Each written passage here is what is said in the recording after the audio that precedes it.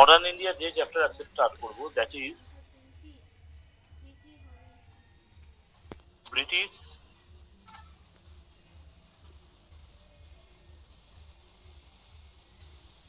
expansion in South India.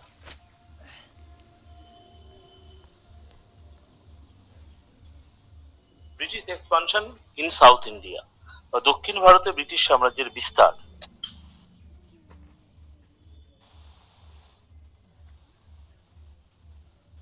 তাহলে এই জায়গাটা পড়ার আগে আমাদের যে জায়গাটা জানা খুব জরুরি, সেটা হচ্ছে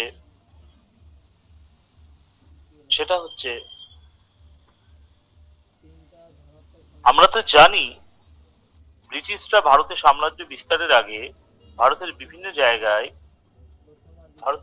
জায়গায় আমরা দেখেছি টেরিটোরিয়াল পাওয়ার ছিল।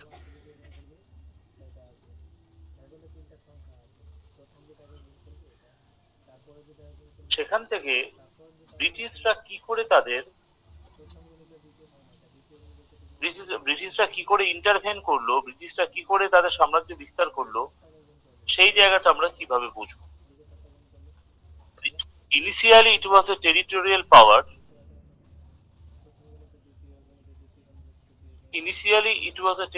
পাওয়ার, কিন্তু ঘটনাটা হচ্ছে প্রত্যেকটা দেশীয় সাম্রাজ্য তারা চাইছিল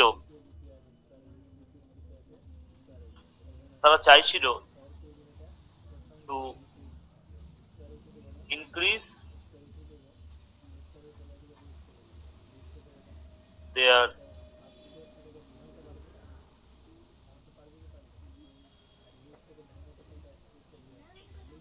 টেরিটোরিয়াল এক্সপানশন, অর্থাৎ প্রত্যেকে নিজের সাম্রাজ্য বিস্তার করতে চাইছিল। এখন প্রশ্ন হচ্ছে কেন তারা টেরিটোরিয়াল এক্সপানশন করতে চাইছিল। টেরিটোরিয়াল এক্সপানশন করার মূল কারণ হচ্ছে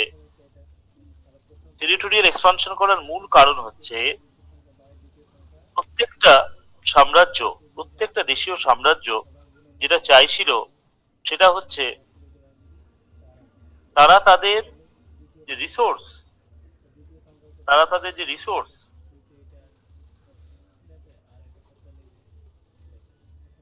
যেটা সাধারণত ট্যাক্স কালেকশনের মাধ্যমে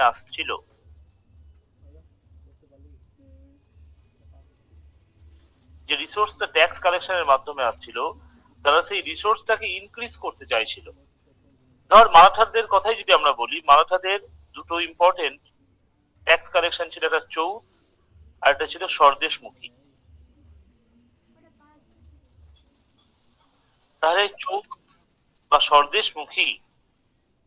বা স্বদেশমুখী এটা যদি ইনক্রিজ করতে হয়,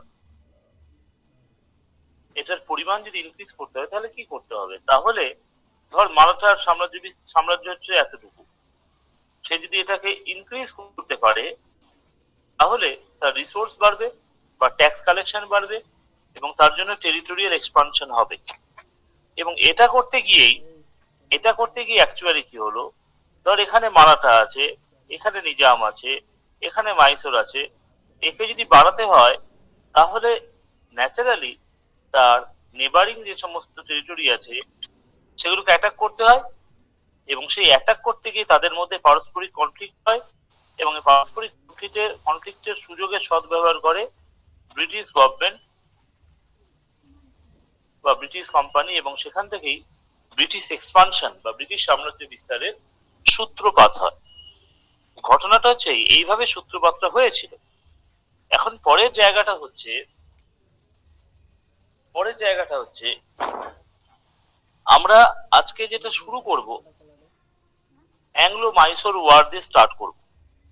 তাহলে প্রথমে আমরা যদি জানার চেষ্টা করি যে ব্রিটিশরা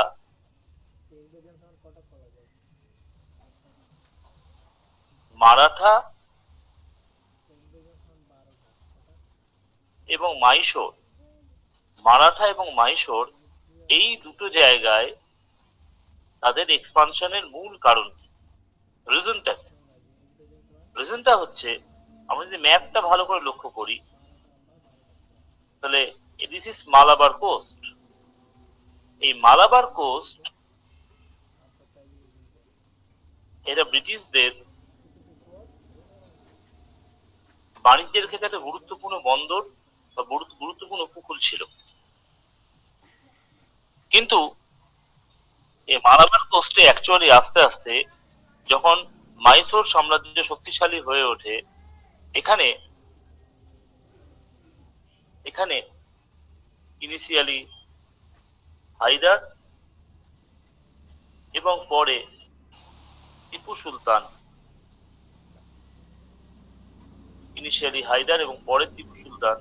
এই জায়গার কন্ট্রোল নিয়ে নেন। যখনই কন্ট্রোল নিয়ে নেবে, ন্যাচারালি আমাদের কি হবে, সেই জায়গাটা মানে সেই জায়গায় যেটা ব্রিটিশ ইন্টারেস্টের একটা মূল ক্ষেত্র ছিল, যেটা দিয়ে ব্রিটিশরা সাধারণত পিপার এবং কার্ডামাম অর্থাৎ গোলমরিচ এবং এলাচ যেটা তারা রপ্তানি করতো, সেই রপ্তানিটা ক্ষতিগ্রস্ত হওয়ার একটা সম্ভাবনা ছিল। 1785 সালে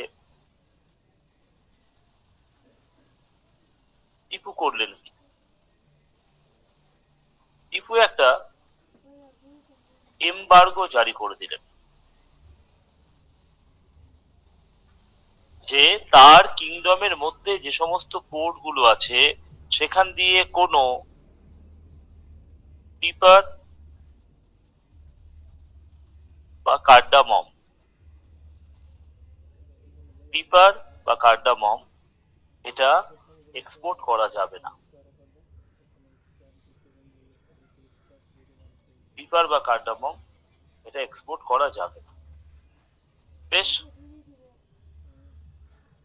এবং 1788 সালে তিনি করলেন কি? 1788 সালে তিনি পুরোপুরি ইংলিশ ট্রেডারদের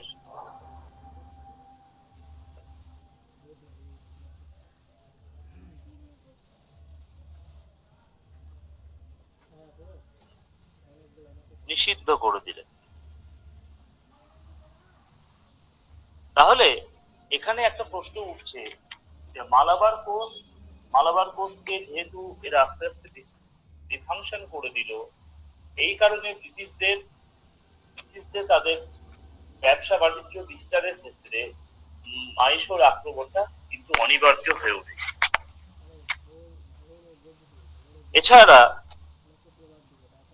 এছাড়া মাইসোরের রাজাদের ফ্রেঞ্চ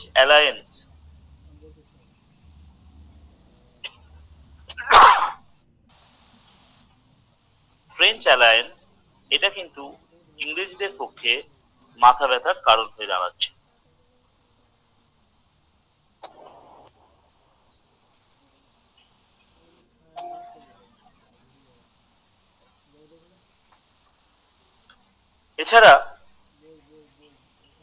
এছাড়া মারাঠাদের উপস্থিতি,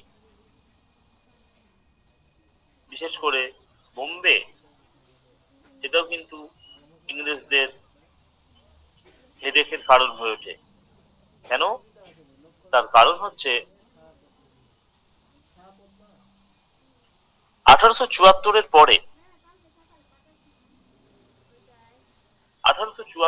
পরে কোম্পানির কটন ট্রেড অনেকাংশে বেড়ে যায়। কটন ট্রেড কেন? যেহেতু কটন ট্রেড চায়নাতে হঠাৎ করে চাহিদা বেড়ে যায় এবং তারা অ্যাকচুয়ালি এই বোম্বের গুজরাটের বোম্বের বন্দর দিয়ে তারা চায়নাতে পাঠাতো। তাহলে এটা একটা কারণ। তাহলে সেক্ষেত্রে মারাঠাদের কন্ট্রোল থাকাটা তাদের পক্ষে কিন্তু একটু অসুবিধাজনক হয়ে যাচ্ছিল। 3 নম্বর,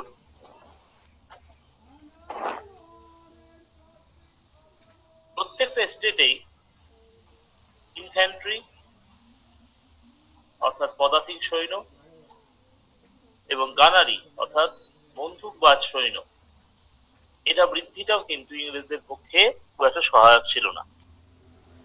এই কারণগুলোর জন্যই এছাড়া এছাড়া ব্রিটিশ গভর্নমেন্টও কিন্তু কোম্পানিকে চাপ দিচ্ছিল ফিনান্সের জন্য, কেননা তখন ব্রিটিশ ওয়ার বিজি নেপোলিয়নের সাথে যুদ্ধে বিজি ছিল।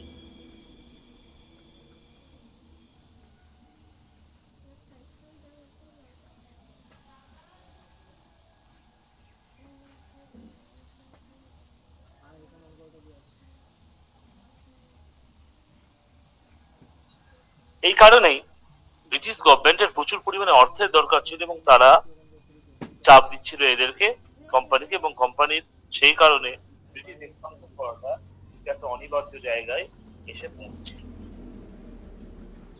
এবার আমরা চলে আসছি অ্যাংলো মাইসোর ওয়ার। আমাদের 4খানা অ্যাংলো মাইসোর ওয়ার হয়েছে। অ্যাংলো মাইসোর ওয়ার এটা মোটামুটি 1767 থেকে 1799 পর্যন্ত মোট 4খানা অ্যাংলো মাইসোর ওয়ার হয়, যার মধ্যে প্রথম অ্যাংলো মাইসোর ওয়ার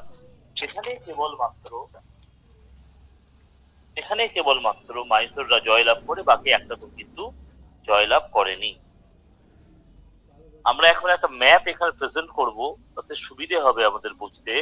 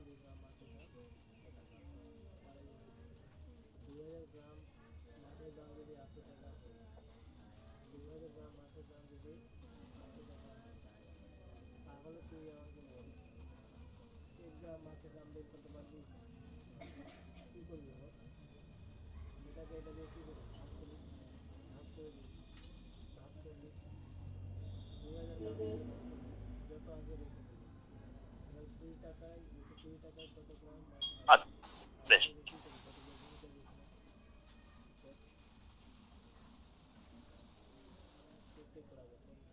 আমরা যখন পিকচারটা দেখতে পাচ্ছি, এখানে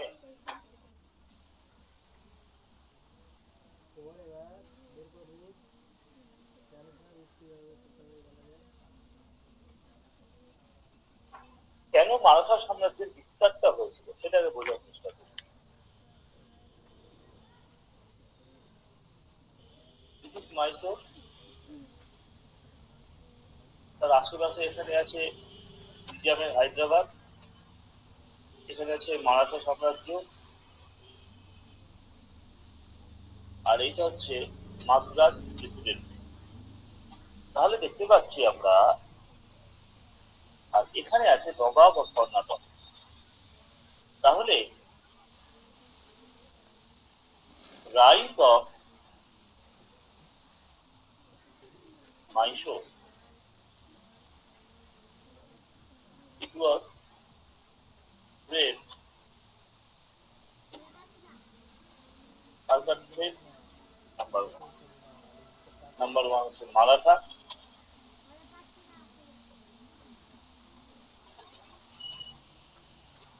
নাম্বার নবাব কর্ণাটক,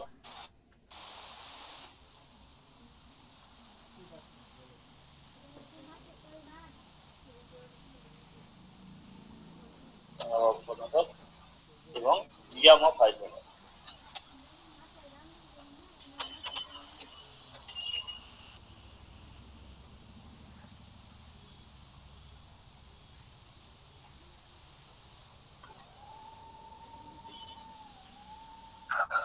আচ্ছা,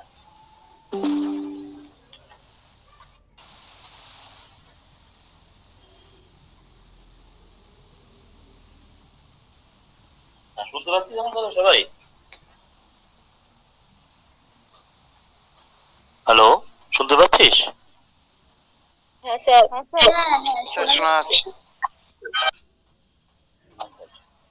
বিষয়টা হচ্ছে কপালটা খারাপ থাকলে যা হয়, মোটামুটি 8টায় ক্লাস করাতে বসলাম, 1:45 সময় লোডশেডিং হয়েছে। মোবাইলের নেটে ক্লাস করাচ্ছি, তাতে অসুবিধা নেই, কিন্তু ল্যাপটপের চার্জটা গেছে। জানি না কতক্ষণ ক্লাস করানো যাবে, যতক্ষণ ল্যাপটপের চার্জ থাকছে ততক্ষণ ক্লাস করাবো।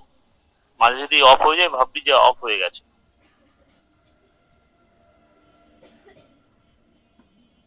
Rise of Mysore, threat to Maratha Nawab of Carnatic and Nizam of Hyderabad. এই কারণে হলো কি, ইনিশিয়ালি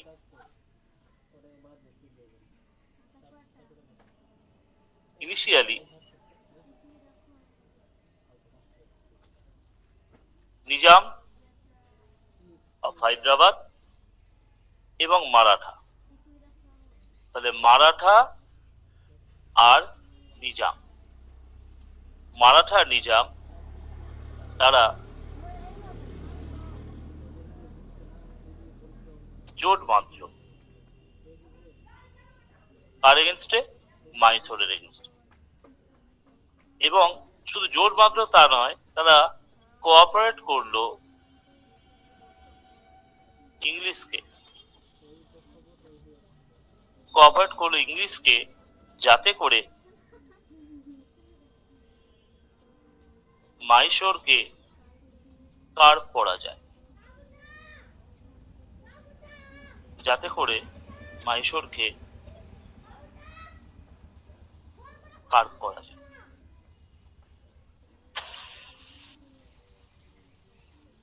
কিন্তু নিজাম এটাও জানতেন যে আজকে মারাঠার সঙ্গে মিলে আমি মাইসোরকে অ্যাটাক করছি বটে, কিন্তু মারাঠা যে কোনো সময় আমাকে অ্যাটাক করতে পারে। এই কারণে পরবর্তীতে দেখা যায় যে নিজাম, যখন আমরা অ্যাংলো মারাঠা ওয়ার পড়ব তখন দেখব যে নিজাম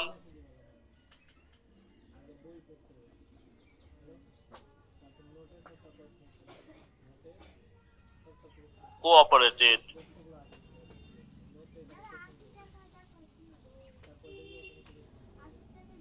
the English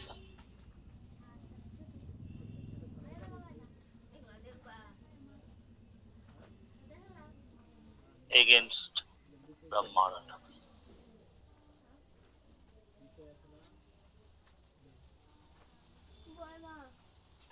এইভাবে 3টে অ্যাংলো মাইসোর ওয়ার ঘটে যায়। প্রথম ছাড়া একটাতেও মাইসোর জিততে পারেনি। তাহলে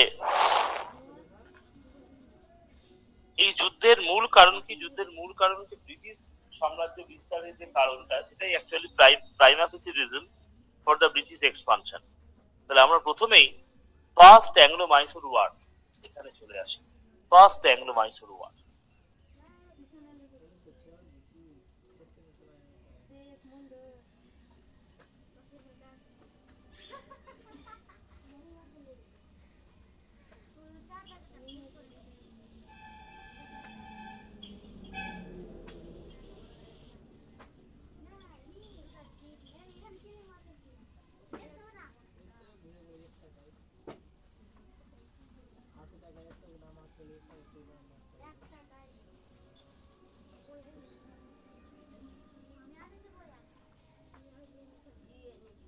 ফার্স্ট অ্যাংলো মাইসোর।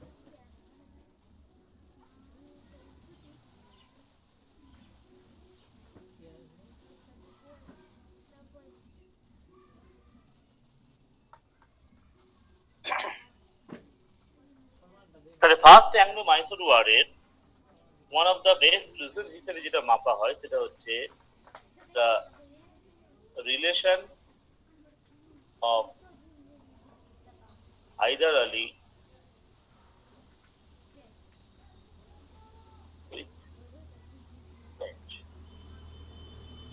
ফ্রেঞ্চদের সঙ্গে তার যে রিলেশন, সেটাকে প্রাইমা ফেসি কারণ হিসেবে ধরা হয় for first Anglo Mysore war. আরেকটা ইম্পর্টেন্ট রিজন হচ্ছে, আমরা দেখেছি এর আগে আচ্ছা দেখেছি আমরা, এই যে দেখ, মাইসোরের পাশে নবাব অফ কর্ণাটক আর একদিকে মাদ্রাজ প্রেসিডেন্ট। দ্বিতীয় কারণ ছিল, প্রথম কারণ যদি relation between Hyder Ali with French হয়ে থাকে, তাহলে দ্বিতীয় কারণ হচ্ছে border dispute.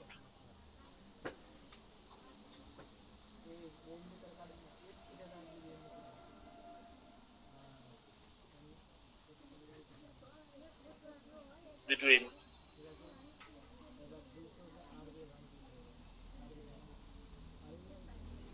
Madras government and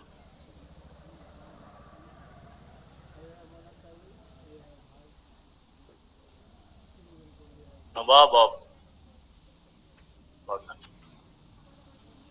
তাহলে ফার্স্ট অ্যাংলো মাইসোর ওয়ারে প্রাইমারি রিজন দুটো পাচ্ছি, একটা relation with Hyder Ali France, আর দ্বিতীয় নম্বরে border dispute between Madras government আর Nawab of Karnataka.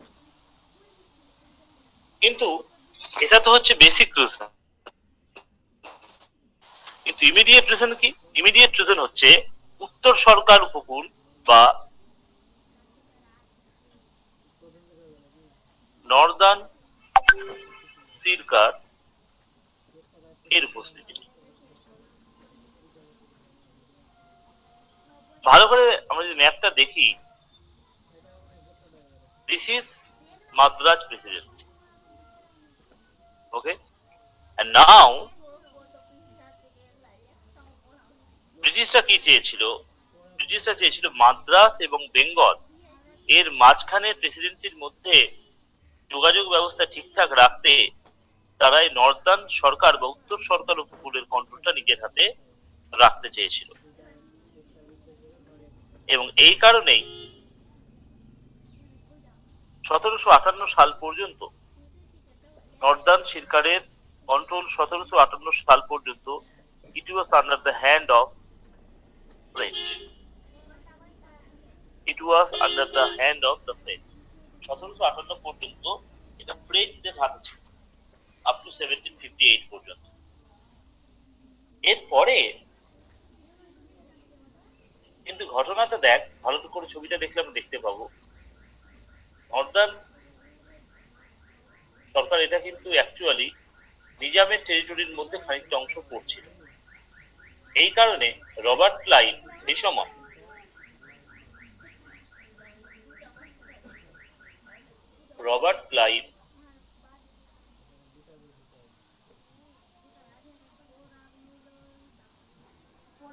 demanded that area from Nizam. But Nizam কিন্তু ইনিশিয়ালি তার এই ডিমান্ডটাকে রিজেক্ট করে দিয়েছিল।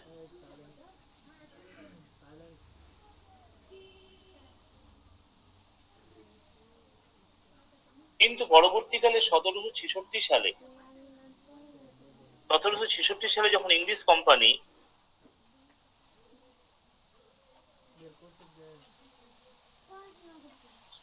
নর্দার্ন সিরকার কে নিজের সাম্রাজ্যে অন্তর্ভুক্ত করতে চাইছেন, সেই সময় Nizam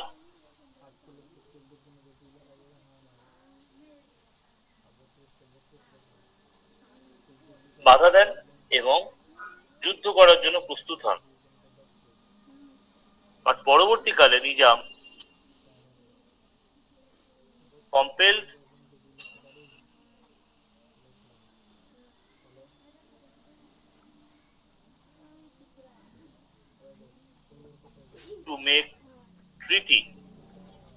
compelled to make treaty with English due to poor financial condition.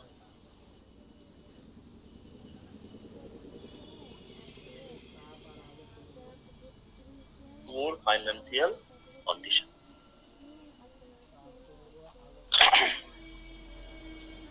তাহলে এই যে ট্রিটিটা হলো, এই ট্রিটির ফলে দুটো জিনিস উঠে এলো। প্রথমে বললো, নিজাম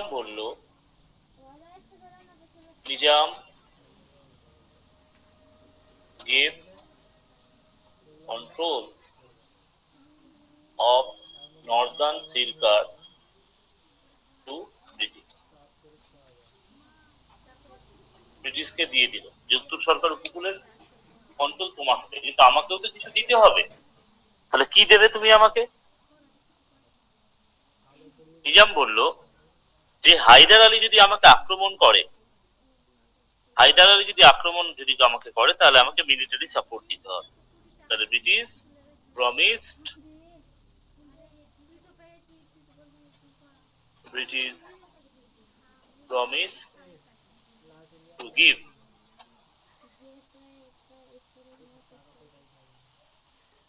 military support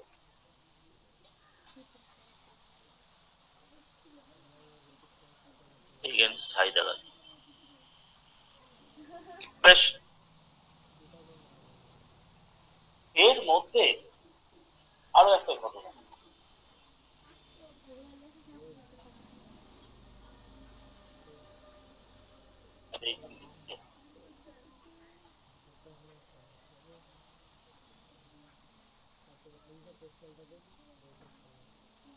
এই ঘটনাটা আপনাদের সামনে দিচ্ছি।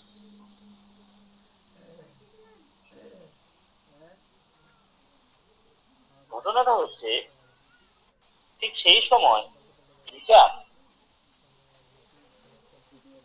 আবার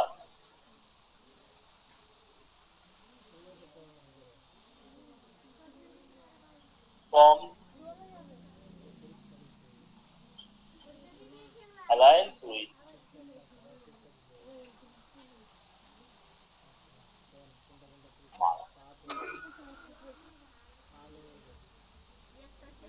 নিজাম মারাঠার সঙ্গে অ্যালায়েন্স বানিয়েছে। কেন বানিয়েছে মারাঠার সঙ্গে অ্যালায়েন্স? তার কারণ কি, তারা দুজনেই কিন্তু হায়দার আলীর অ্যাটিটিউডে কিন্তু একটু ভয় পাচ্ছিল। হায়দার আলী যেভাবে তার সাম্রাজ্য বিস্তার করতে সচেষ্ট হয়েছিল, তারা ভাবছিল তাদের সাম্রাজ্যটাকেও যাতে হায়দার অ্যাটাক না করে। এছাড়া হায়দার, তাহলে আমরা দেখতে পাচ্ছি হায়দার আলী এর প্রতিপক্ষ একটা হয়ে গেছে মারাঠা, আরেকটা প্রতিপক্ষ হয়ে গেছে নিজাম। অন্যদিকে হায়দার আলী ব্রিটিশদের ওপরেও কিন্তু খুব একটা সন্তুষ্ট ছিলেন না। কেন ছিলেন না? বিকজ ব্রিটিশরা হায়দার আলী টেরিটরির মধ্যে থাকে একটি জায়গা, দ্যাট ইজ ভেলোর। সেখানে তারা একটা টেরিটোরিয়াল ফর্টিফাইড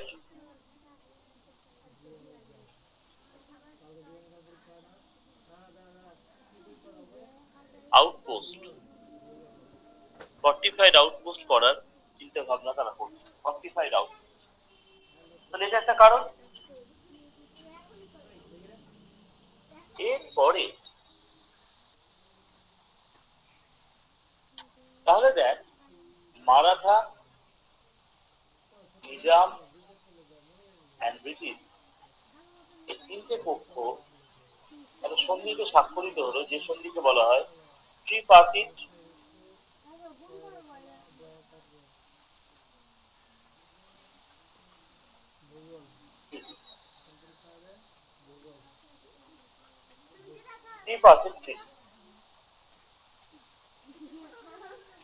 এবং এই ত্রিপার্টিট বা ত্রিশক্তি চুক্তিতে আবদ্ধ হয়ে ত্রিশক্তি একত্রিত হয়ে তারা 1766 সালে একটা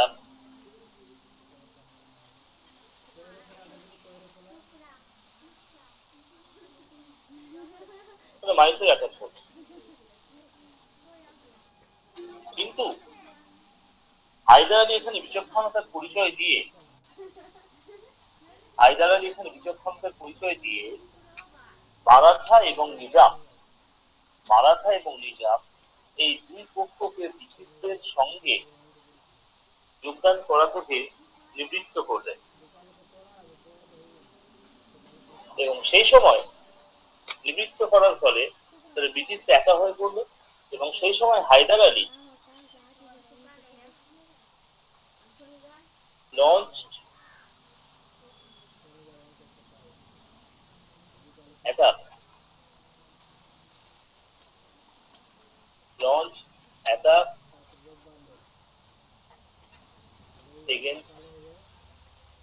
English.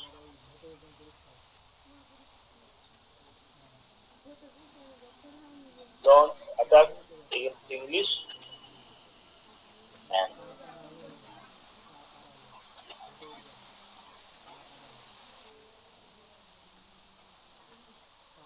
reach the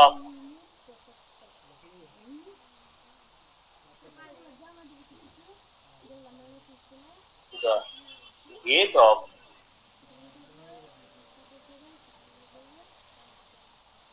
Mathura. তবে স্বাভাবিকভাবে মাদ্রাজ প্রেসিডেন্সি কিন্তু আকবরের ও হায়দারের এই অতর্কিত আক্রমণে তারা কিন্তু ভয়ই পেয়ে গেল এবং তারা বাধ্য হলো ১৭৬৯ সালে একটি সন্ধি স্বাক্ষরিত করতে, যে সন্ধির ফলে প্রথম যুদ্ধের অবসান হলো এবং সন্ধিকে বলা হয় ট্রিটি অফ ম্যাড্রাস বা মাদ্রাজ সন্ধি। এবং এই সন্ধির ফলে both power British as well as Mysore তারা এগ্রি হলো যে অন্য কোনো থার্ড পার্টি যদি আমাদের কাউকে আক্রমণ করে, তাহলে আমরা একে অপরকে অবশ্যই রক্ষা করব। তাহলে এটা হয়ে গেল আমাদের ১৭৬৯ সাল। এবার আমরা যদি ছোট্ট করে একটু ক্রনোলজি দেখে নিই, তাহলে কয়েকটা ইম্পর্টেন্ট পার্ট এখান থেকে পাবো। ইম্পর্টেন্ট পার্ট আমরা পরের স্লাইডে আলোচনা করছি।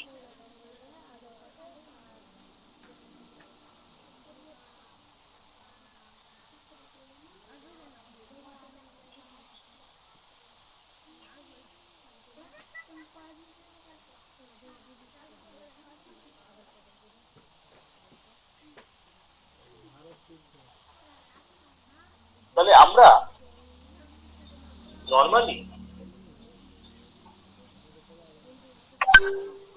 নর্মালি আমাদের অ্যাংলো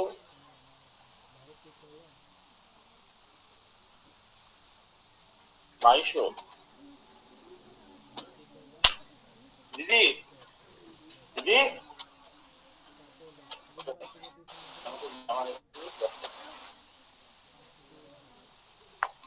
অ্যাংলো মাইসোর ওয়ার চারটে হয়েছিল।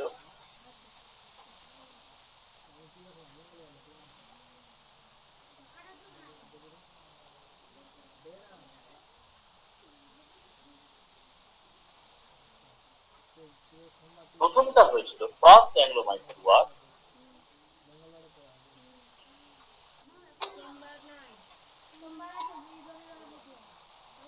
১৭৬৭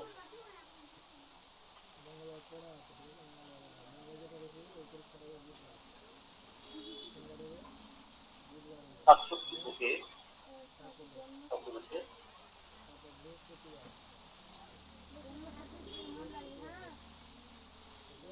এবং এই সময় কে ছিলেন? Robert Clive.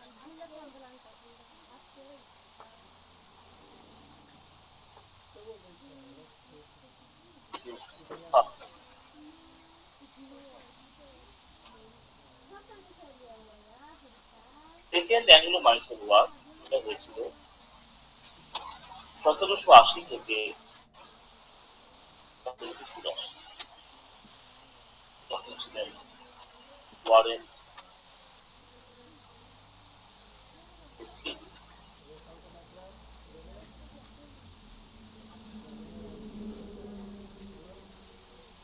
৩ নম্বর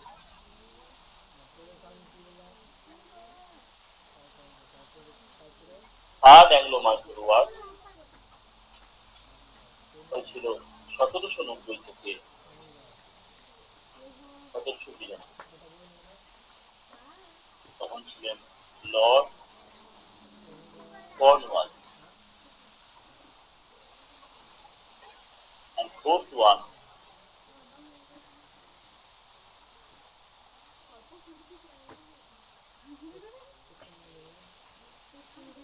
১৭৯৯ এখানে ছিলেন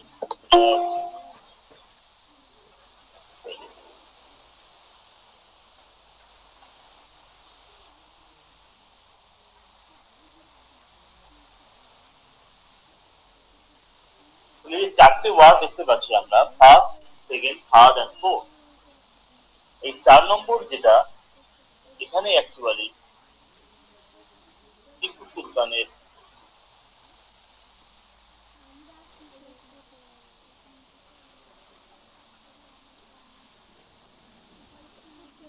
চূড়ান্ত পরাজয়।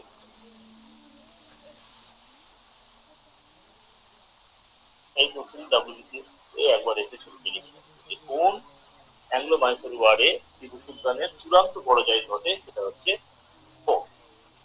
ঠিক একইভাবে আমরা যদি অ্যাংলো মারাঠাকে সাজিয়ে নিই,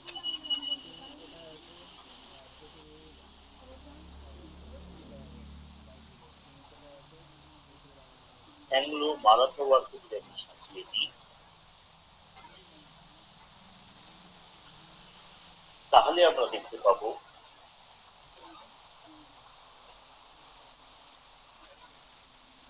ফার্স্ট অ্যাংলো মারাঠা,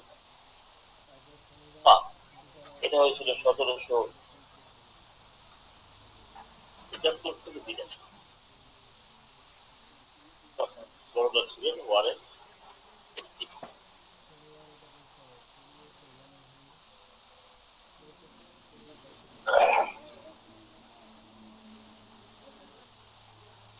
দ্বিতীয় 1803 থেকে 1805 হয়েছে। আর থার্ড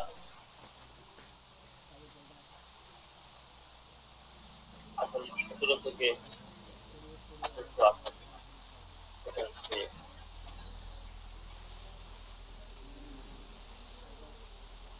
লর্ড।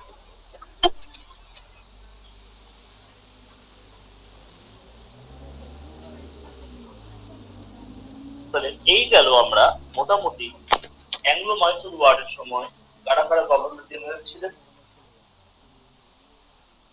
এবং অ্যাংলো মারাঠা ওয়ারের সময় কারা কারা গভর্নর জেনারেল ছিলেন, সেই জায়গাটা আমরা একটু দেখব।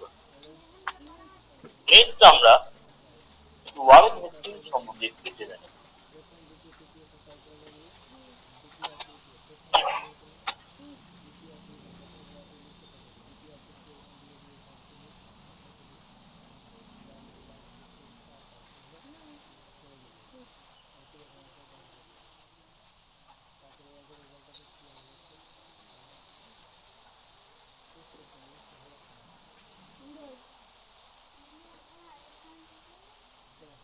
Warren Hastings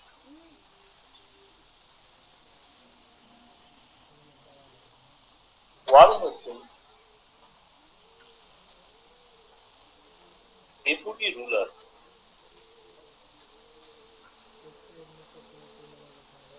of Madras. এটা হলেন কবে? এটা হলেন after the end of first Anglo Mysore, মানে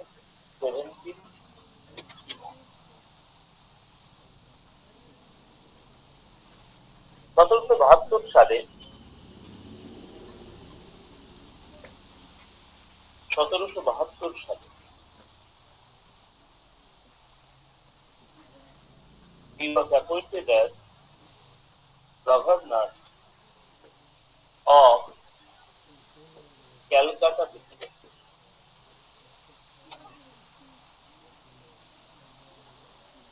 তাহলে তিনটে প্রেসিডেন্সি ছিল, একটা মাদ্রাস প্রেসিডেন্সি, একটা বোম্বে প্রেসিডেন্সি, একটা ক্যালকাটা প্রেসিডেন্সি। এই ক্যালকাটা প্রেসিডেন্সি মোস্ট ইম্পর্টেন্ট এবং মোস্ট পাওয়ারফুল। পরবর্তীকালে যখন রেগুলেটিং অ্যাক্ট হলো, এবং রেগুলেটিং অ্যাক্টের পর 1774 সালে he became the first governor general of Bengal. Governor general of Bengal.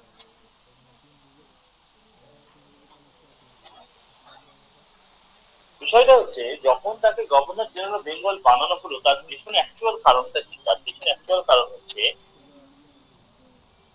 Regulating act হয়েছে তার আগে, আমরা এর আগে পলিটিতে পড়েছি, তার আগে কোম্পানি ছিল অ্যাজ এ ট্রেডার, বা সেই কোম্পানি যেটা ছিল ট্রেডার, সেই কোম্পানিকে ট্রেডার থেকে অ্যাডমিনিস্ট্রেটিভ বডি বানানোর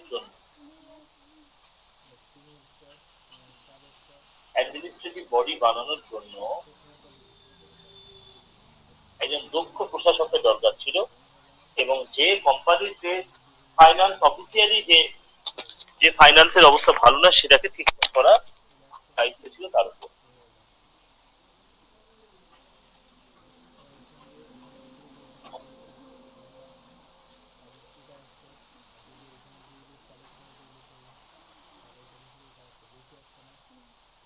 এর ফলশ্রুতি হিসাবে ওয়ারেন হেস্টিংস করলেন কি, 1772 সালে ওয়ারেন হেস্টিংস 1772 সালে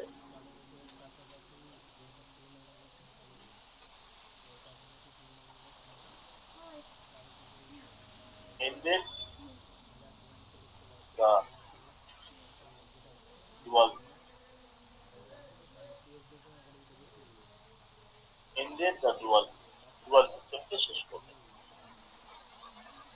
ডুয়াল সিস্টেম কি ছিল? ডুয়াল সিস্টেমটা ছিল অ্যাকচুয়ালি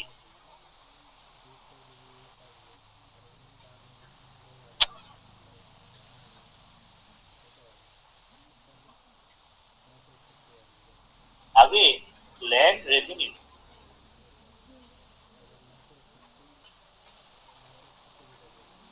এটা কালেক্ট করা হতো নায়েব বা দিওয়ানদের মাধ্যমে,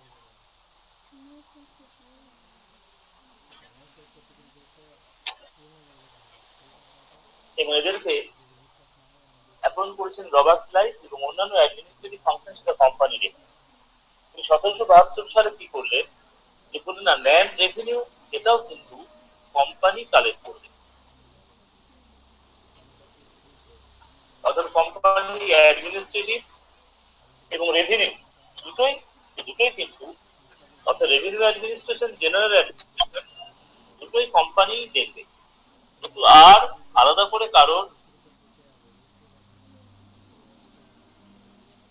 দরকার নেই। এবং এই কারণে গভর্নর কাউন্সিল তৈরি করলো বোর্ড অফ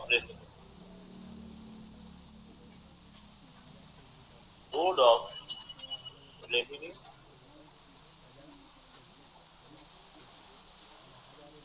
রেভিনিউ কালেকশন করার জন্য ওয়ারেন হেস্টিংস নিজস্ব কিছু ইউরোপিয়ান অফিসার অ্যাপয়েন্ট করলেন, যাদের বলা হতো কালেক্টর। কালেক্টর থেকে কিন্তু এখনকার যে ডিস্ট্রিক্ট ম্যাজিস্ট্রেট, ডিস্ট্রিক্ট কালেক্টর, এই কথাটা কিন্তু সেখান থেকে এসেছে। এবং তিনি আরো একটা কাজ করলেন, ট্রেজারি যেটা মুর্শিদাবাদে ছিল, ট্রান্সফার্ড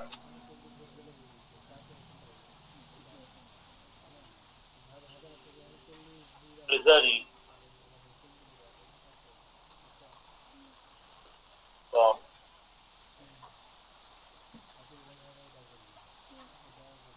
মুর্শিদাবাদ to কলকাতা।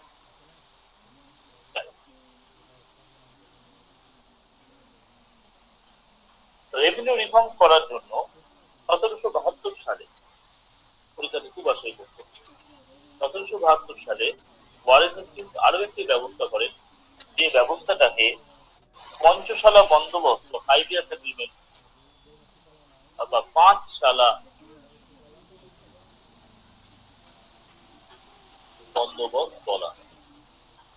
এই 5 শালা বন্দোবস্ত কি? এই 5 শালা বন্দোবস্ত হচ্ছে যে 5 বছরের জন্য কোন একটা পার্টিকুলার ল্যান্ড ফার্মারদেরকে দিয়ে দেওয়া হয়, এবং সেখান থেকে 5 বছরের জন্য রেভিনিউর একটা ব্যবস্থা করে দেওয়া হয়। এবং যেহেতু 5 বছর যেহেতু সময়সীমা, এই কারণে এই ল্যান্ড থেকে ফার্মার্সরা ল্যান্ড ডিল করে ম্যাক্সিমাম কাল্টিভেশন করার চেষ্টা করতো, যাতে তাদের নিজের দিকটাও, তাদের নিজের স্বার্থটাও রক্ষিত হয়। কিন্তু দেখা গেছে যখন যখন এই পাঁচতলা বন্দোবস্তের পরে এই শস্যের যখন বীজ হতো, এই বীজের ক্ষেত্রে কি হতো, এই বীজের ক্ষেত্রে কি হতো,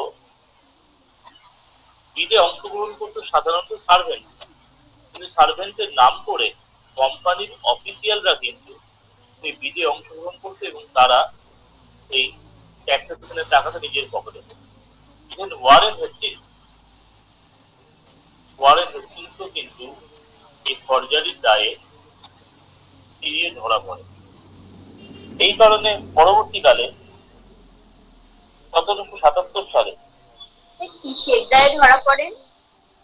ফরজারি মানে যখন ওই 5 বছরের জন্য তো বীজ, 5 বছরের জন্য ফার্মারদের দেওয়া হতো, তো এবার যখন 5 বছর পরে যখন ট্যাক্স কালেকশনের ব্যাপারটা থাকতে পারছি, তখন বীজ হতো, নিলাম হতো। নিলামে সাধারণত থাকার থাকতে অফিসিয়ালি থাকার অধিকার ছিল কোম্পানির যারা সার্ভেন্ট তারা। কিন্তু ঘটনাচক্রে কোম্পানির সার্ভেন্টের আড়ালে কোম্পানির অফিসিয়ালরা বীজে অংশগ্রহণ করতো এবং নামমাত্র কোম্পানি পেয়েছে, বাকি বেশিরভাগ অংশটা নিজেদের পকেটে পড়তো। এবং ওয়ারেন হেস্টিংস তো এরকম একটা ফরজারি দায়ে ধরা পড়েছিল। এই কারণে যেহেতু এই সিস্টেমটা অলরেডি একটা ঠিকঠাক জায়গায় পৌঁছলো না, এই কারণে 5 ইয়ার সেটেলমেন্ট তাহলে 1772 সালে চালু হয়েছিল। তাহলে এটা শেষ হলো কবে? 5 বছর পর, 1777 সালে। 1777 সালে ওয়ারেন হেস্টিংস এই পঞ্চতলা বন্দোবস্ত তুলে দিয়ে আবার ইয়ারলি অ্যানুয়াল সেটেলমেন্ট, যেটাকে হিন্দিতে সালানা বন্দোবস্ত বলা হয়, সেই ব্যবস্থাটা আবার ফিরিয়ে আনে।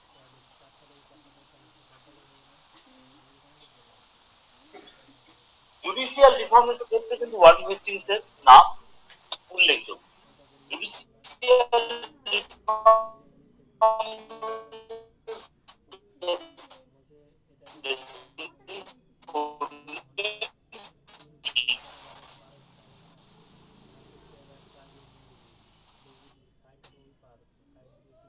আমরা যদি দুটো ঘর করি, বিফোর স্যার বোঝা যাচ্ছে না। আফটার বিফোর হেস্টিং কি বোঝা যাচ্ছে না? সাউন্ড বোঝা যাচ্ছে না? হ্যাঁ স্যার, সাউন্ডের প্রবলেম হচ্ছিল।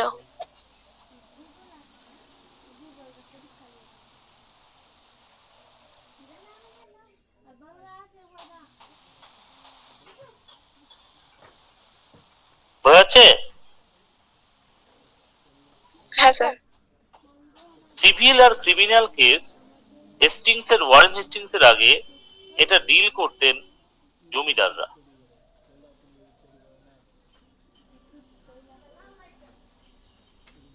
কিন্তু ওয়ারেন হেস্টিংস মুঘল নীতি অনুসারে তিনি দুটো আদালত তৈরি করলেন। একটা হচ্ছে দিওয়ানি আদালত,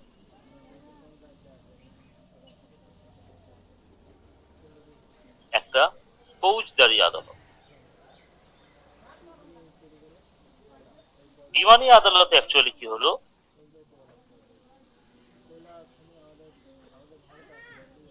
এখানে সিভিল কেসগুলো, এখানে সিভিল কেসের অ্যাপিল গুলো এখানে হতো এবং এই আদালতকে বলা হতো সদর দিওয়ানি আদালত। whereas ফৌজদারি আদালত, এখানে ক্রিমিনাল কেস এখানে অ্যাপিল করা যেত। এটা অ্যাকচুয়ালি নিজামত সদর নিজামত আদালতে অ্যাপিল করা যেত এবং এটা কিন্তু মুসলিম ল ফলো করত।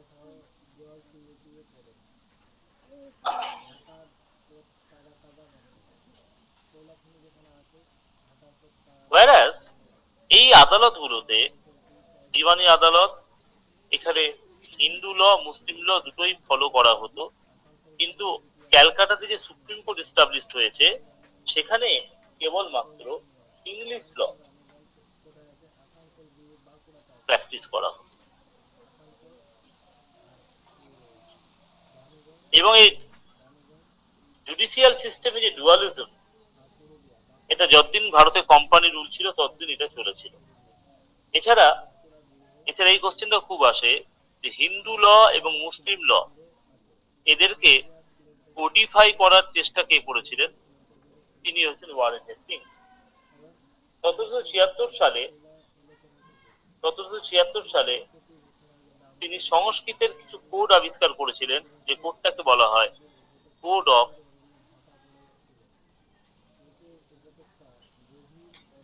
জেন্টো ল। এখান থেকে বেসিক কিছু কোশ্চেন না, যেহেতু ওয়ারেন হেস্টিংস রিলেটেড, এই জন্য এই জায়গা থেকে দেখিয়ে দেওয়া হলো। আমরা ফার্স্ট অ্যাংলো মাইসোর ওয়ারটা পড়লাম, আমরা সেকেন্ড অ্যাংলো মাইসোর ওয়ার এবং অনওয়ার্ডস যেগুলো আছে সেটা আজকেই ক্লাস করব। আজকে বলা হয়েছে ক্লাস কটায় করা হবে, আজকে আমরা ওই রাত্রি 8:30টার সময় ক্লাস করব, রাত্রি 8:30টার সময় সেখানে বাকি পোর্শনটা পড়ানো হবে। রাত্রি 8:30টার সময় ক্লাস নেওয়া হবে, সেখানে বাকি পোর্শনটা পড়ানো হবে। হ্যাঁ স্যার, ওই কোড অফ লটা একবার বলবেন? কোড অফ ল হচ্ছে হিন্দু ল এবং মুসলিম ল, ঠিক আছে? হিন্দু ল এবং মুসলিম ল এই দুটোকে কোডিফাই করার চেষ্টা করেছিলেন হেস্টিংস। কোডিফাই মানে হচ্ছে, মানে কি বলবো, একটা নির্দিষ্ট কোডের মাধ্যমে, যেরকম আইনের ভাষায় কোড একটা খুব ইম্পর্টেন্ট একটা, যেরকম ইন্ডিয়ান পিনাল কোড আইপিসি, ঠিক আছে? ইন্ডিয়ান পিনাল কোড, অর্থাৎ লকে একটা কোডের মাধ্যমে কোডিফাই করা। এটা তিনি হিন্দু ল এবং মুসলিম ল যেটা মানে খুব মানে অগোছালো ভাবে ছড়িয়েছিল, সেই লটাকে তিনি একটা নির্দিষ্ট জায়গায় আনার চেষ্টা করেছিলেন। পরীক্ষাতে এই কোশ্চেনটা খুব আসে, who tried to codify the Hindu law আর মুসলিম ল, রিলিজিয়াস ল, সেটা কিন্তু ওয়ারেন হেস্টিংস আনসার হবে। তো দিওয়ানি আদালত, আজকে যে দিওয়ানি আদালত বা ফৌজদারি আদালত, তারও কনসেপ্ট কিন্তু ওয়ারেন হেস্টিংস। তাহলে রেভিনিউ রিফর্মসে আমরা দেখতে পেলাম তার 5 শালা বন্দোবস্ত, তারপরে 1 শালা বন্দোবস্ত, তারপর আমরা অ্যাডমিনিস্ট্রেটিভ, তাহলে 3টে রিফর্মস আমরা দেখতে পেলাম। একটা হচ্ছে অ্যাডমিনিস্ট্রেটিভ রিফর্ম। অ্যাডমিনিস্ট্রেটিভ রিফর্মসে তিনি কি করলেন? ডুয়াল সিস্টেমটাকে তুলে দিলেন, তুলে দিয়ে তিনি কালেক্টর আনলেন। জুডিশিয়াল রেভিনিউ রিফর্মসে আমরা দেখতে পেলাম উনি প্রথমে 5 শালা বন্দোবস্ত করার চেষ্টা করেছিলেন, এবং আরো একটা আইন তার সঙ্গে রিলেটেড, সেটা হচ্ছে সানসেট ল বা সূর্যাস্ত আইন। এটাও কিন্তু ওয়ারেন হেস্টিংস করেছিলেন, এটাও WBCS একবার পরীক্ষাতে এসেছিল। রেভিনিউ রিফর্মস আমরা পড়লাম, রেভিনিউ রিফর্মস এর পর জুডিশিয়াল রিফর্মস। আর আজকে আমরা পড়লাম British expansion in south India, সেখানে আমরা শুরুই করলাম মাইসোর দিয়ে। প্রথম অ্যাংলো মাইসোর ওয়ার, এখানে খুব বেশি কিছু বলার কিছু নেই। প্রথমে থ্রি পার্টির একটা হলো, সেটা হচ্ছে হায়দ্রাবাদের নিজাম, মারাঠা এবং ইংরেজরা। কিন্তু পরবর্তীকালে নিজাম তাদেরকে, হায়দ্রাবাদের নিজাম এবং মারাঠাদেরকে বোঝাতে সমর্থ হয়, এবং তিনি ইংরেজকে অ্যাটাক করেন, এবং শেষে মাদ্রাজের সন্ধি স্বাক্ষরিত করতে ইংরেজরা বাধ্য হয়। এবং এখানে আরো একটা জিনিস আমরা পড়ি, উত্তর সরকার উপকূলের উপস্থিতি। উত্তর সরকার উপকূলে রবার্ট ক্লাইভ কি করে রবার্ট ক্লাইভ সেই জায়গাটাকে জয় করলেন, সেটাও আমরা পড়েছি। আমরা আজ রাত্রে সেকেন্ড অ্যাংলো মাইসোর ওয়ার এবং থার্ড অ্যাংলো মাইসোর ওয়ার এবং অনওয়ার্ড যতটা হবে সেই পড়াটাকে আমরা এগিয়ে নিয়ে যাব। তাহলে আজকে এই পর্যন্তই। কারো যদি কোনো প্রশ্ন থাকে করতে পারিস, নইলে আমি স্যার। ইয়েস স্যার, বলছি সিভিল সার্ভিস কি ওয়ারেন হেস্টিংসই করেছিল ইন্ট্রোডিউস? স্যার এই সূর্যাস্ত আইনটা যেটা বলছিলেন ওটা তো কর্নওয়ালিস করেছিল sir. Cornwallis? Sure? Are you sure Cornwallis? হ্যাঁ স্যার, সূর্যাস্ত আইন ওই ওকে সূর্যাস্ত আইন তো স্যার চিরস্থায়ী রাজধানী ব্যবস্থার সঙ্গে যুক্ত ছিল স্যার। আমি দেখে নেবো, আই উইল চেক। আর স্যার যেটা কোডটা ওটাও মনে হয় স্যার লর্ড কর্নওয়ালিস। কর্নওয়ালিস পুলিশি রিফর্ম সিস্টেমের সাথে যুক্ত ছিল, চিরস্থায়ী বন্দোবস্তের সাথে যুক্ত ছিল। আমি কোডের কোন কথা বললাম? আমি বললাম হিন্দু ল এবং মুসলিম ল এটাকে কোডিফাই করার চেষ্টা করেছিলেন ওয়ারেন হেস্টিংস। আর তুই যেটা কথা বলছিস এটা পুলিশ কোড, এটা কর্নওয়ালিস হতে পারে। স্যার সিভিল সার্ভিসটা স্যার?